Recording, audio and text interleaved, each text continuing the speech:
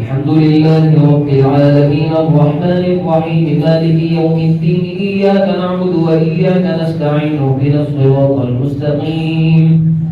صراط الذين أنعمت عليهم غير المغضوب عليهم ولا الضالين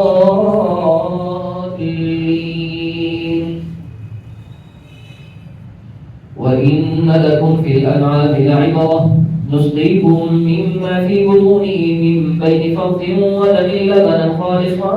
سائغا للشاربين ومن ثمرات النخيل والأعناب تتخذون منه سكرا ورزقا حسنا إن في ذلك لآية لقوم يعقلون وأوحى ربك إلى النحل أن اتخذي من الجبال بيوتا ومن الشجر ومما يعرشون ثم كلي من كل الثمرات فاسلكي سبل ربك ذللا يخرج من بطونها شراب مختلف ألوانه فيه شفاء للناس إن في ذلك لآية لقوم يتفكرون والله خلقكم ثم يتوفاكم ومنكم من يرد إلى أرض العمر لكي لا يعلم بعد علم شيئا إن الله عليم قدير والله فضل بعضكم على بعض في الرزق فما الذين فضلوا براد رزقهم على ما ملكت أيمانهم فهم فيه سواء أفبنعمة الله يجحدون والله جعل لكم من أنفسكم أزواجا وجعل لكم من أزواجكم بنين وحفدة ورزقكم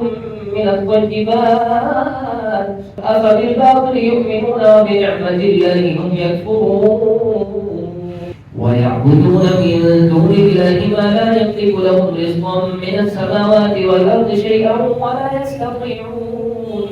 فلا تضربوا لله الأمثال إن الله يعلم وأنتم لا تعلمون ضرب الله مثلا عبدا مملوكا لا يقدر على شيء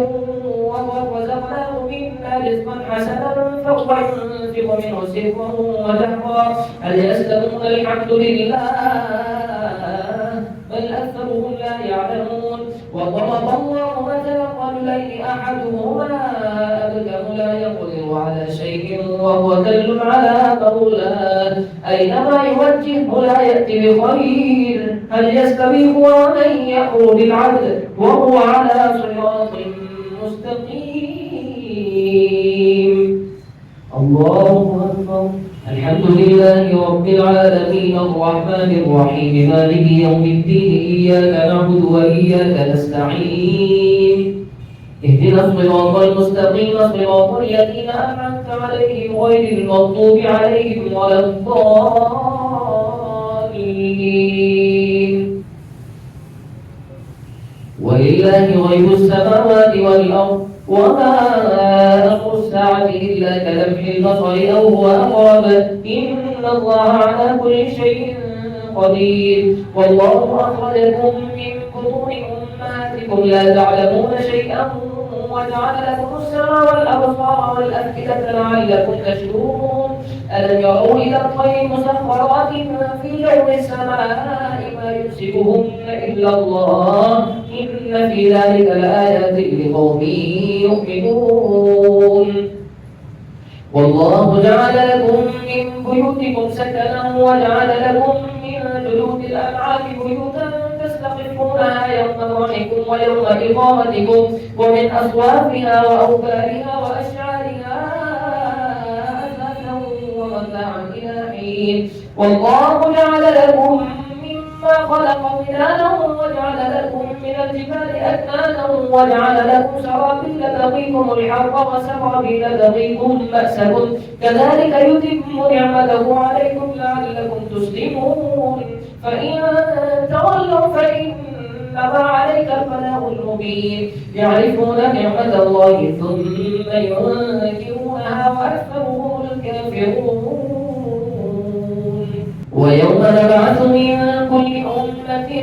شهيدا ثم لا يؤذن للذين كفروا ولا هم يستعتبون وإذا رأى الذين ظلموا العذاب فلا يخفف عنهم ولا هم ينظرون وإذا رأى الذين أشركوا شركاءهم